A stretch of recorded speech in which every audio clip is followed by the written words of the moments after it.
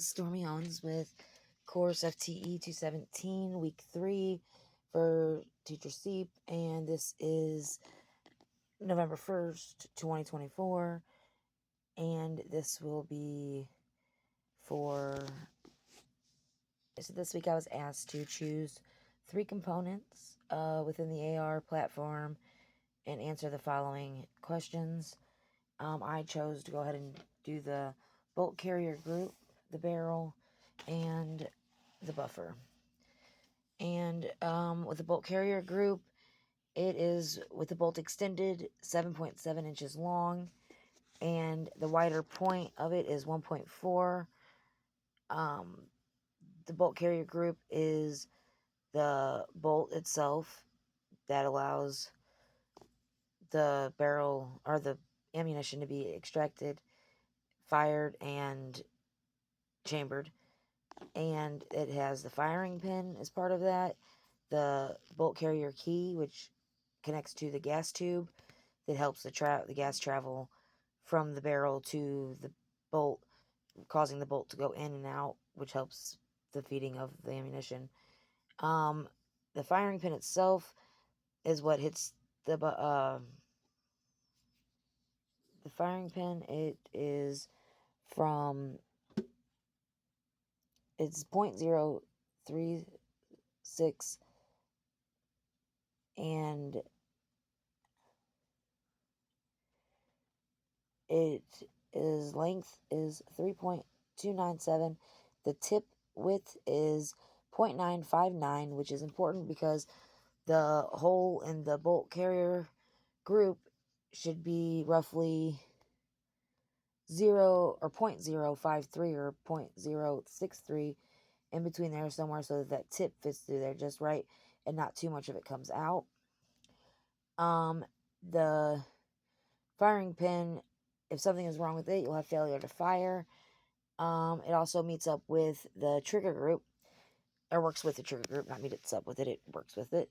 You also need to make sure that there is correct headspace in your chambering area so that you know what not to adjust, but so that when you're firing, it fires correct.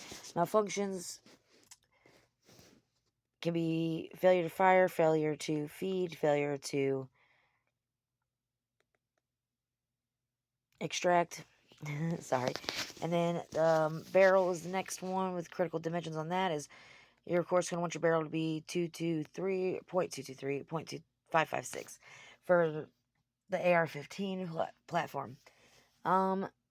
Really, your bolt carrier group has to meet up properly with the end of your barrel that is inside of the firearm, so that there's a seal there, so that the gases aren't escaping there, and so that they stay in there enough to push your projectile through the barrel. With the barrel, if it doesn't meet up and you lose that pressure, then your bolt will not send your firing pin into your ammunition to fire it. That can be really bad. And you make sure you have the correct ammunition that you're shooting out of it, and that it meets up with the measurements of the barrel. Because if not, then you could have a bullet or ammunition, you'd have it blow up basically in your barrel, and definitely do not want that, because that could be really, really bad. And the third thing would be the buffer. Now, the buffer usually weighs 3 ounces and is 3.25 inches long. They do make heavier ones, but they're all pretty much the same length. And your spring retention, or retention spring that goes in with your buffer, has to match up with the weight of your buffer, because if you have too heavy of a spring and too heavy of a buffer, you're going to get a lot of tension in there, and it's not going to feed correctly or extract correctly or chamber correctly. So, and if it's too light, it may not have enough oomph, to... So with your buffer, failure to feed, failure to extract and chamber due to improper weight of spring or buffer is the main failures that can happen there, and it can be bad just in general. So in order to prevent these failures, you'd go to some sort of class, some training, something other than just going for it. Because obviously, if you're having issues like that, then you aren't paying attention to detail enough, or you're not doing something correctly. So just train, get, outsider opinions on how to do things differently. Let someone teach you how to work on an AR before you attempt to work on an AR, and never modify it yourself. Just don't. It's not good. It could cause a lot of bad things to happen. Um, and yeah, pay attention to detail.